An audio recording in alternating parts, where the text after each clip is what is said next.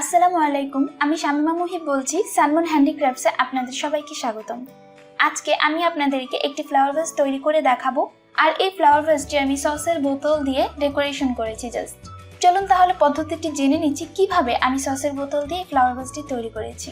এর জন্য first of all আমাদের একটি সসের বোতল লাগবে। আমি এখানে প্লাস্টিকের এই রেড কালারের এই সসের বোতলটি নিয়েছি। আর এই বোতলের উপরের যে লেভেলটা থাকে সেটি আমি খুলে ফেলবো। এখন আমি নিচের দিক থেকে কেটে ফেলবো। ব্যাস আমার এখানে কাটা হয়ে গিয়েছে। এখন আমি দুইটি সাইড সমান করে সিজার দিয়ে কেটে নিব। এটিও কাটা হয়ে গিয়েছে। এখন আমি এর উপরে বড় যে পার্টটি রয়েছে সেটিকে গ্লু গান দিয়ে অ্যাটাচ করে দিব। এই কাজটি কিন্তু গ্লু গান দিয়েই করতে হবে, অন্য কোনো আঠা দিয়ে কাজটি হবে না।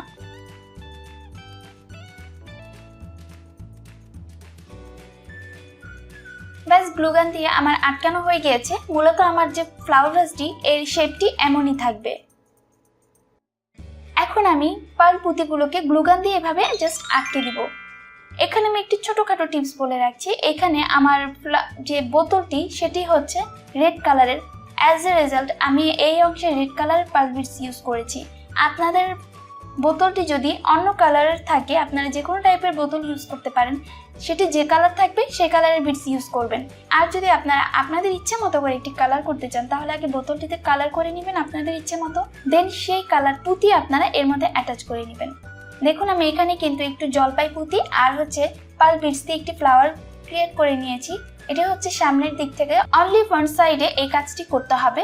আর এরপর পুরোটা একদম পার্ল পুঁতি দিয়ে অ্যাটাচ করে দিতে হবে।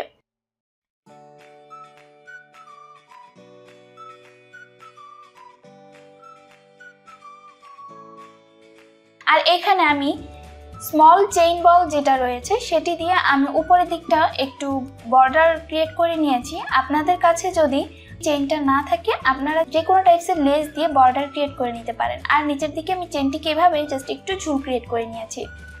আশা করছি ছোট্ট এই ভিডিওটি আপনাদের খুব ভালো লেগেছে।